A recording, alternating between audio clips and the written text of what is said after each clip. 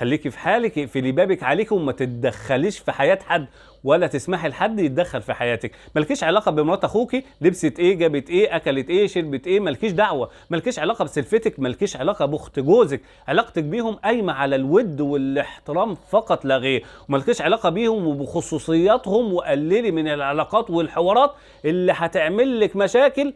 هم حرين يا شيخ، هم حرين باي حاجه بيعملوها، وانت حره في اي حاجه تعمليها. انت مش خدامه عند حد ولا حد خدام عندك، كل واحد خدام لنفسه، واي حاجه هتعمليها تبقى ذوق منك. مفيش حد مجبور يغسل الطبق اللي انت اكلت فيه، ومفيش حد مجبور يطبخ لك وياكلك. اقطعي علاقتك باي حد يسحب راحه بالك.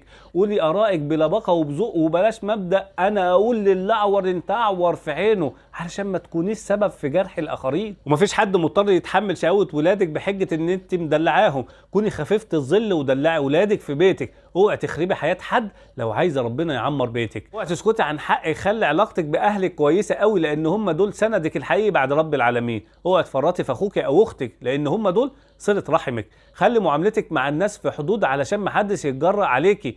ما تتعامليش بعشم مع اي حد مهما كان، علشان لا تتظلمي ولا تظلمي. وبلاش العشم ياخدك. ما تتعشميش غير في رب العالمين. من الاخر خليكي في حالك، وهكرر تاني خليكي في حالك تعيشي سعيدة. ربنا يجعل حياتك كلها سعادة في سعادة. بس كده، سلام عليكم.